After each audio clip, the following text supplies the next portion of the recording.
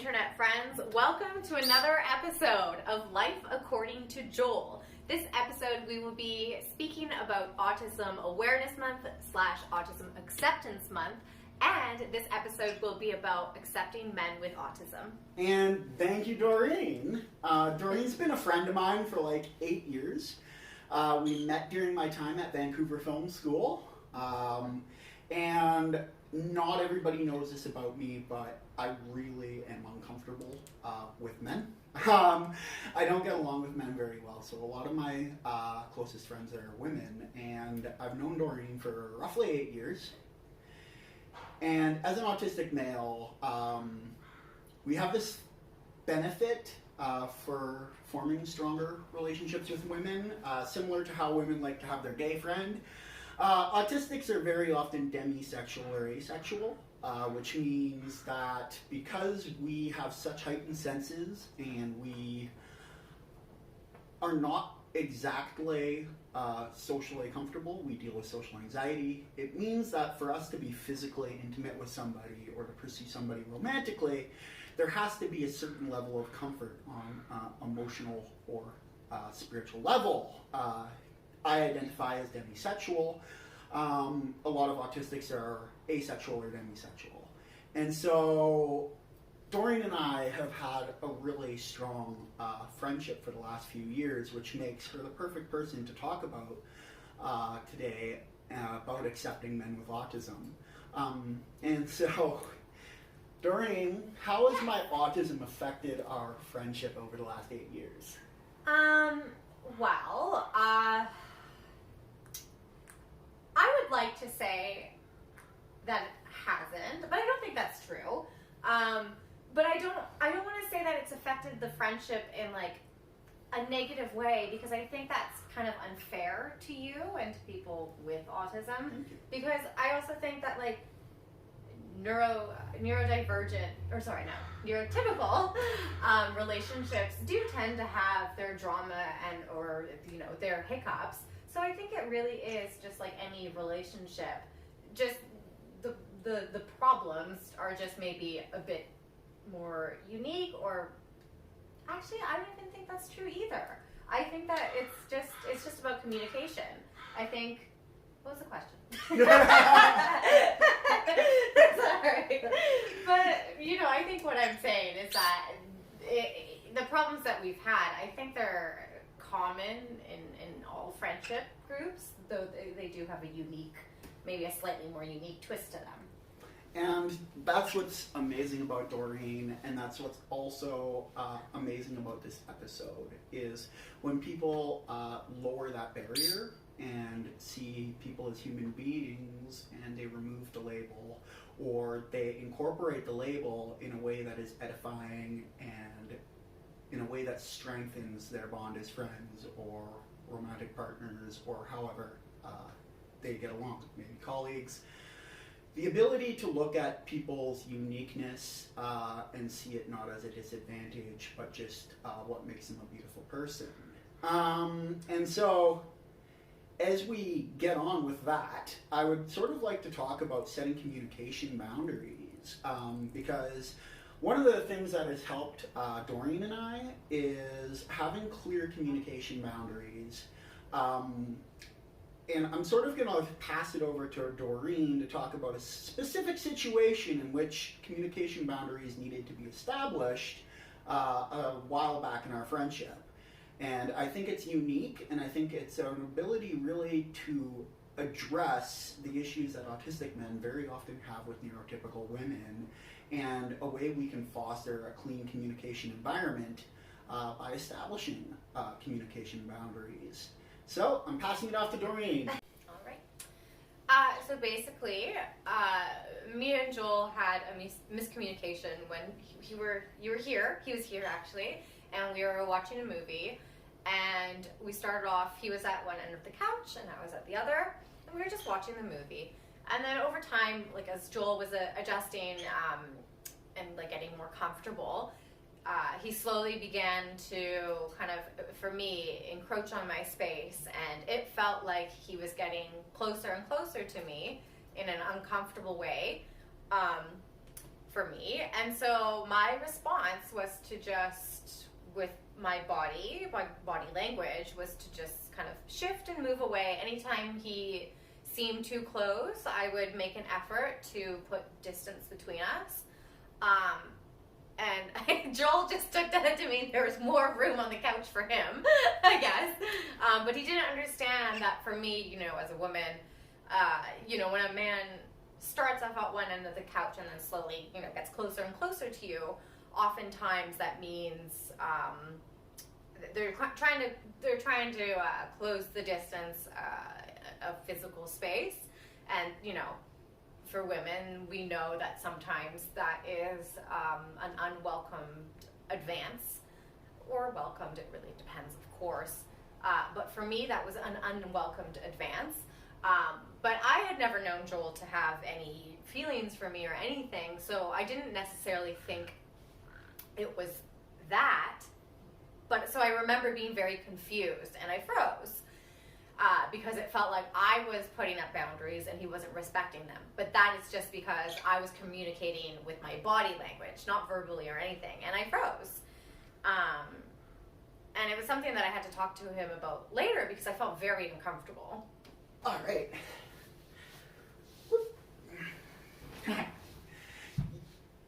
Thank you, Doreen. And so one thing us autistics often do when we're comfortable with somebody is we sort of chillax. And so in this specific situation with Doreen, she has just recently been through a breakup, if you're okay with me saying that.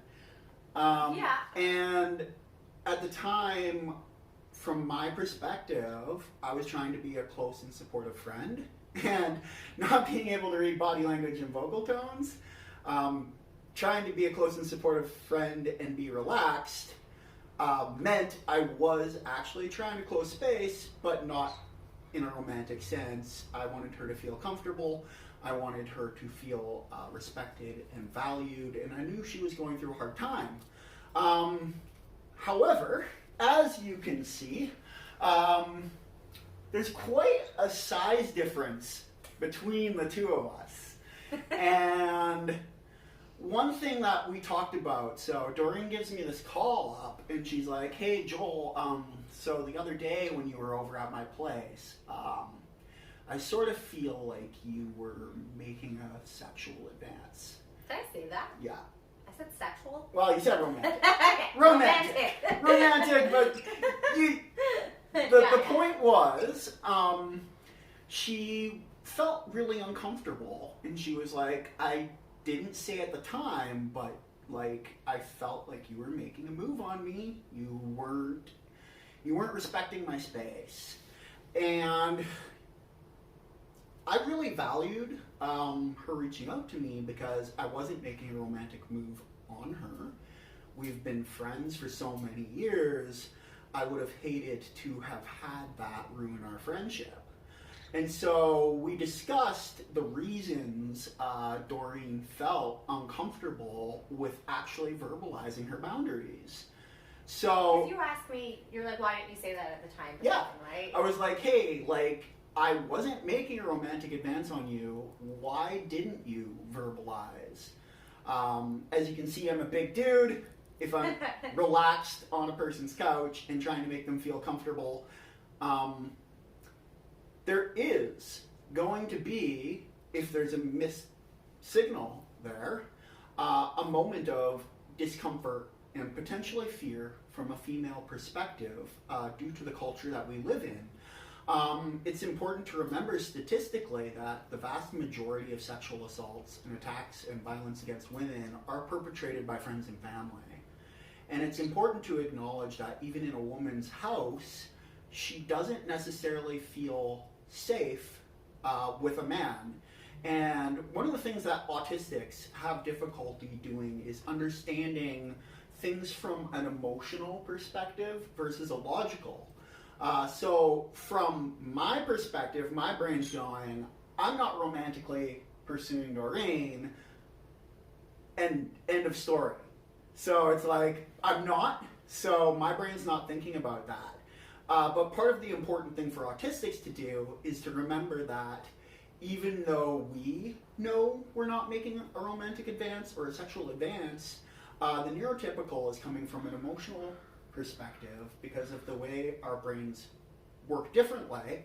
And part of empathizing and understanding and creating a safe space for our neurotypical female friends is ensuring that they feel comfortable actually verbalizing. I don't think it's fair to say that it's just because we're coming from an emotional place. I don't think that's unfair to say, but I think it's unfair to just say it's that.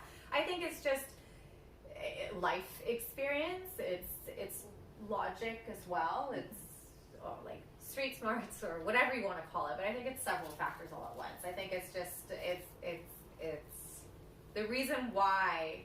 Is it okay? Yes, of course. The reason why I didn't say anything at the time is because, I mean, it's just like one of those things where, you know, if something uncomfortable happens or is happening and it's from somebody that you trust, but something confusing is happening that makes you almost have to question that for a brief moment, it's a bunch of things that are going through your head. And I think that the response is to just freeze because you're just kind of in shock by it and you don't really know what's going on.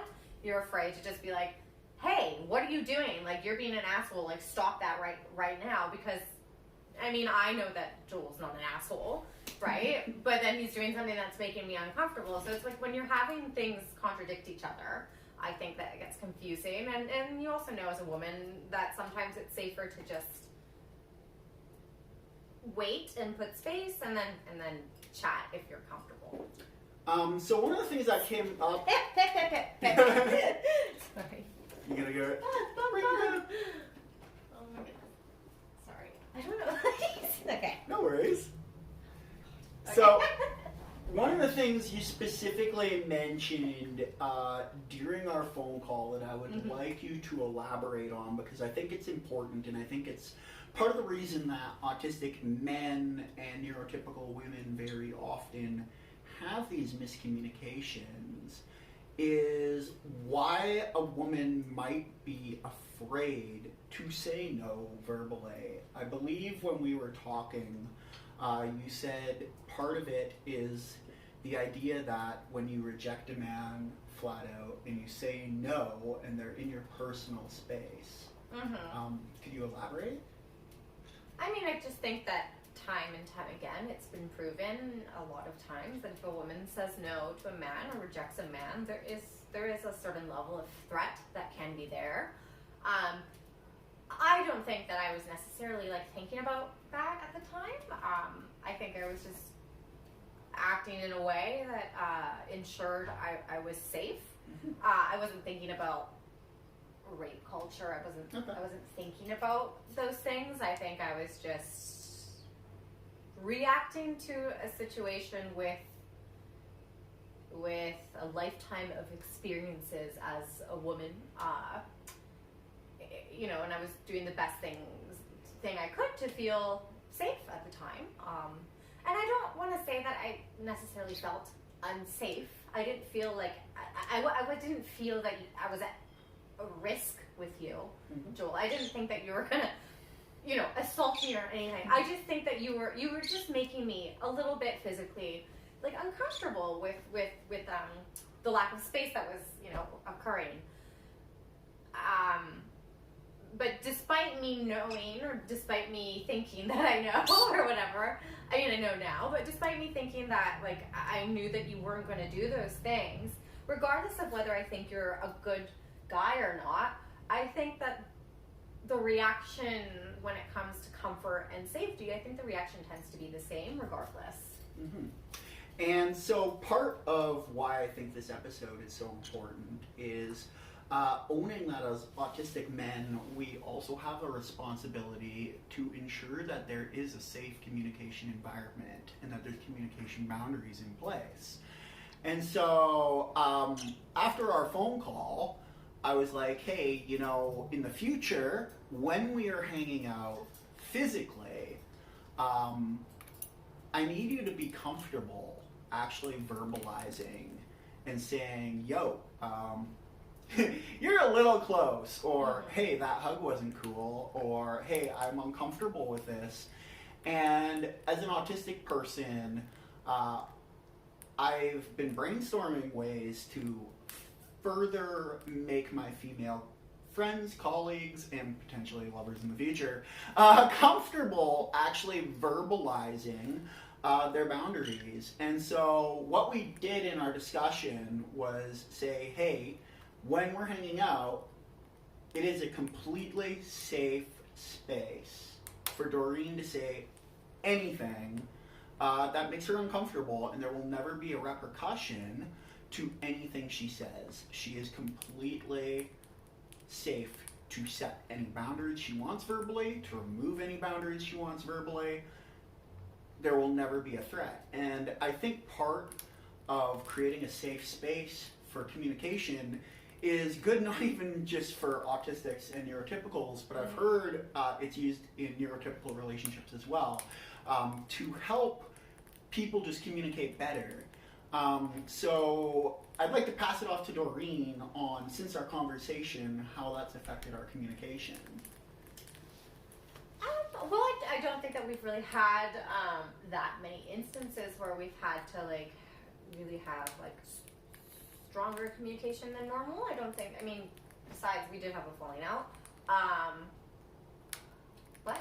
Sorry, what's the question again? The question was, how has our communication improved since our phone call? I think we just verbalizing.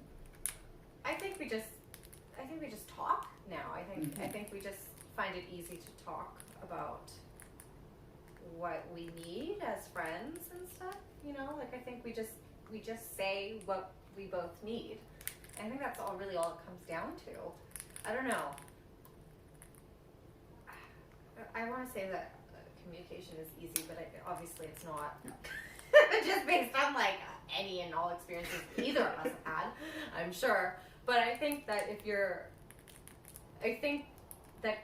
focused on the other person as well as yourself, and you're giving them the same grace as you would hope someone else would give you when you're communicating with them, I think that's what's made it easy, or minus our fallout.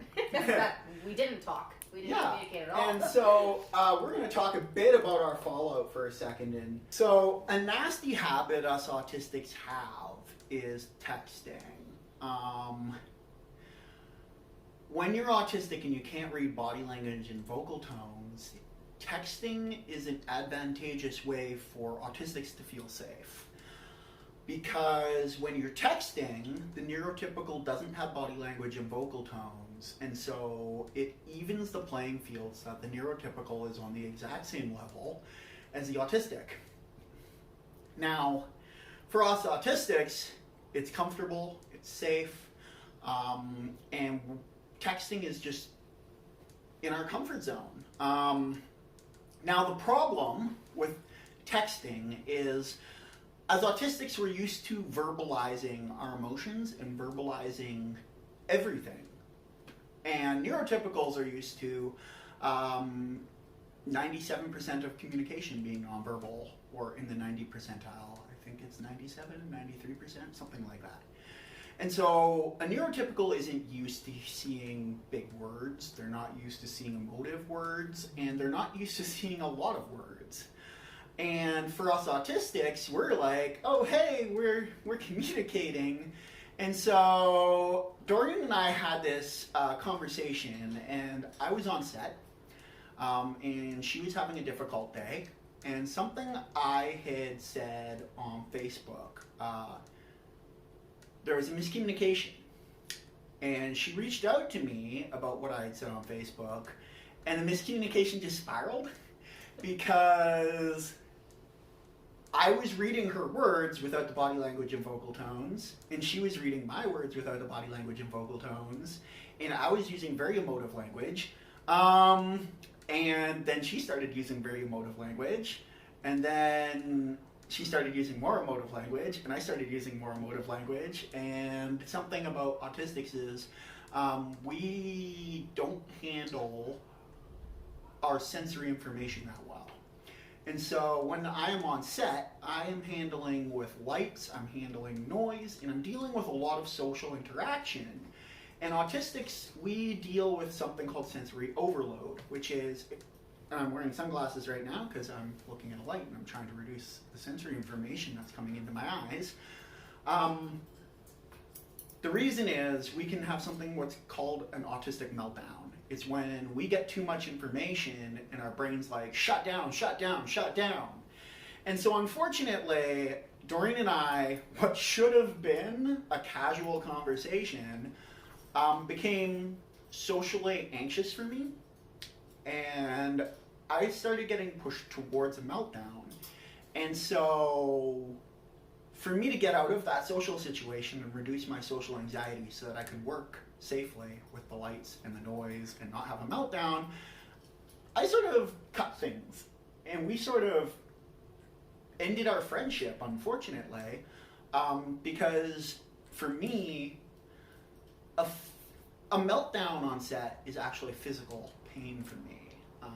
The lights, the noise, the social anxiety, it actually causes physical pain. It causes the head to fuzz up. It causes me to lose focus. It causes my heart to race. It causes me to actually feel searing pain throughout my body, and I can actually shut down.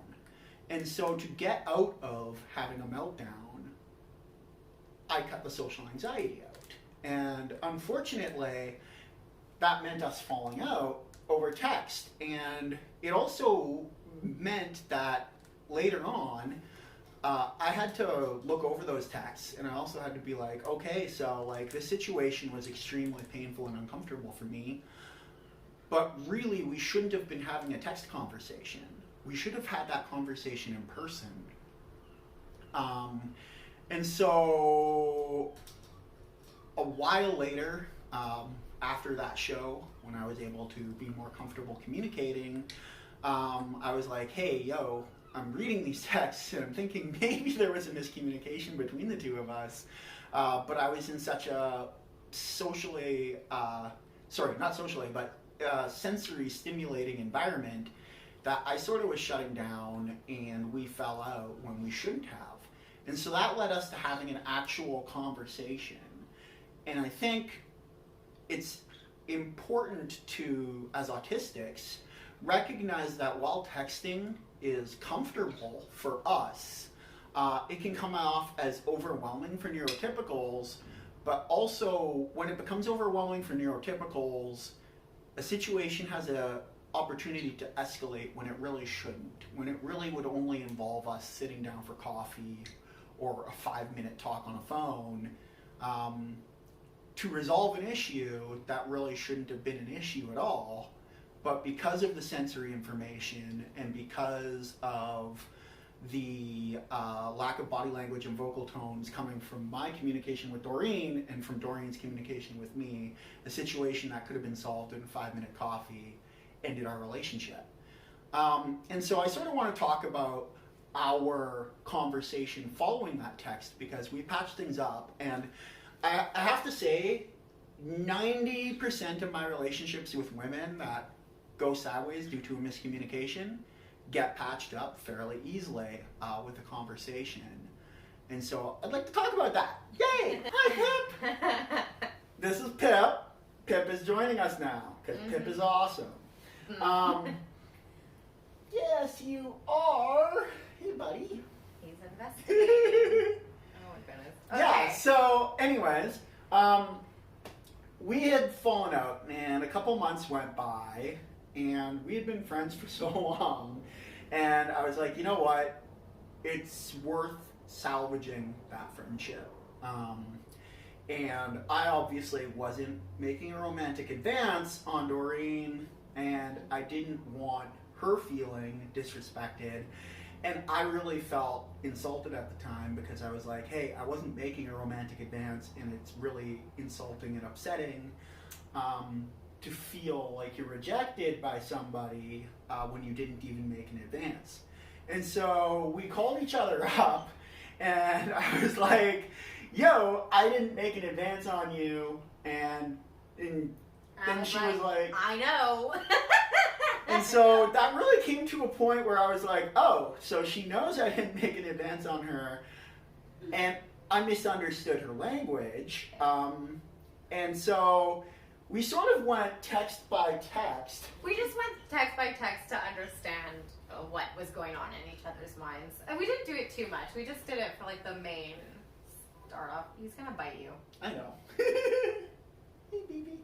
Anyways, yes. But yeah, we just went text by text just for the beginning because I didn't want to like go into it again. I didn't think that was necessary. I think we just had to go off of our miscommunication, which happened in the beginning, that derailed us. I know, he's very distracting. He's gonna bite your toes. I know He he's gonna doesn't bite my like toes. feet. Come here, baby. Come here. Step up. Come on. Ow. Okay, fine. Yeah, so basically she was like, I know you weren't making an advance on me, and I was like, oh shit, okay. And so the problem, what it boiled down to was, because we weren't actually sitting next to each other, because we weren't in the same room, because we weren't actually talking, the situation that really would have taken like 5 minutes in a coffee shop, or even like a 5-minute phone conversation to be like, yo, what's up? What's going on here? It spiraled and escalated due to texting and due to the fact that I had all this other environmental factors that were causing me to freak out. Lights, noise, etc. And so it was really good because we literally had like one phone call after months of not talking, and poof, we were back to being friends. And we've hung out quite a bit since, and I have these miscommunications fairly often. And one thing I've realized is, like, while I have a lot of female friends and I have miscommunications with a lot of them that I'm not romantically interested in, once in a while I am romantically interested in one, but we've set up boundaries and those boundaries are respected. Very often it's when there's an external factor. Usually it's a misogynistic dude who steps in because they see a damsel in distress. And something I was recently talking with my counselor about as well is just how to address the connection between neurophobia and ableism and misogyny, and just how it makes the issue of communication between autistics, specifically autistic men, and women, because very often, if there is a miscommunication and a woman feels uncomfortable, there's usually well, not usually, 90% of my friendships get patched up easily. But sometimes there's a dude in there who's like, hey, I'm going to save this damsel. And From so, this guy, yeah, right? Yeah. I'm going to save this damsel. I'm going to be the hero. I'm going to be the knight in shining armor. And I think we had talked a bit about this. The fact that we were able to patch things up was because there was no person in between to drive us apart. I mean, I think that's the case with most, like, I mean, I don't know, yeah. Sorry, where's my thought going with that? I mean, yeah, I guess, like, it was just our problem. We just focused it on, it was just our problem. It wasn't anyone else's problem. So I don't see why there would be another person coming in. But obviously you have experiences, right, where that has been a problem. So for me, like, in my issues with other friends, there tends to not be someone trying to manipulate or mess things up, but I think for you that seems to have been a common theme. Yeah. So on your end, I think that you're taking note of that, but on my end, I'm not. I'm just seeing things as normal for me. So yeah, and at the end of the day, I think Doreen just hit it right, and it's what I'm trying to do as well. And one of the reasons for this video and establishing communication boundaries, which is something I've been trying to do more and more so, is to ensure that relationships such as friendships, romantic relationships, or even business partnerships or colleagues who are between an autistic and a woman, or an autistic and a man, because autistics and men also have miscommunications. I had one dude think I was gay once. It was awkward. He was like, hey, like, stop making advances on me, and I was like, it was a very uncomfortable conversation to have, but it was one that needed to be happening because the dude thought I was coming on to him. At the end of the day, it's all about us. And I think an important thing as autistics is to also acknowledge that a friendship or a relationship is a two-person project. It's not an autistic versus a neurotypical or a neurotypical versus an autistic. It's us, and being able to communicate as friends, as lovers, as business partners, as colleagues. It is always a two-way street. Mm-hmm. And so... Sorry, I was just going to say that I don't think it's fair for your friendships to just work. I don't think it's fair on you and your friendships if you're the only one that has to put in work to be friends with neurotypicals to make them comfortable. I think there's obviously situations that, like, yes, like I think there's general boundaries that just the human race should have. You just put it anyway, but I think that, you know, you take so much time to study neurotypicals. Why don't neurotypicals do that? Like, I was just thinking about how I haven't actually fully studied or looked up or researched what it's like to be friends with someone with autism. I have done that for my friends that have anxiety and depression, so why don't I do that with you? And I think it's just like, I think the narrative for so long has been, you know, you have to adjust to me. Not in real life, or sorry, but not me specifically, though, yes, I guess. I think in general, people have been told that it's up to you to do all the work. And so I'm only now just kind of realizing, unfortunately only now, that like it's my responsibility as well to make sure that you're comfortable. Because like I might do things that you might not understand. And, you know, I think it's up to me to make sure that all my friends are comfortable around me as well. And that's what I love about you. Because with Doreen, it's really a two-way street. And it's really amazing to have somebody who takes the time and the effort to establish and work together to communicate. And before we close, and just in addition to that part, my friend Jen sort of said something the other day, which she was like, Joel, anytime you have a female friend and you're really close and there's ever a miscommunication, you should require them to sit down with you and binge Atypical. She was like, you should make it a requirement. You're like, hey, we fell out, so now we're going to watch Atypical. And she was like, because she's like, I think that it would help if people better understood autism after miscommunication, so that as friends, as a couple, or as colleagues, that we can work together and really understand each other. And so it's been a great episode. So this episode, we have talked about how to maintain healthy boundaries and healthy relationships and healthy communications with men with autism. We've highlighted the differences between male and female relationships, especially those concerning autism. And we've also discussed how to make the people that we love feel accepted, and that is through healthy communication. Thank you for joining us on this week's episode of Life According to Joel.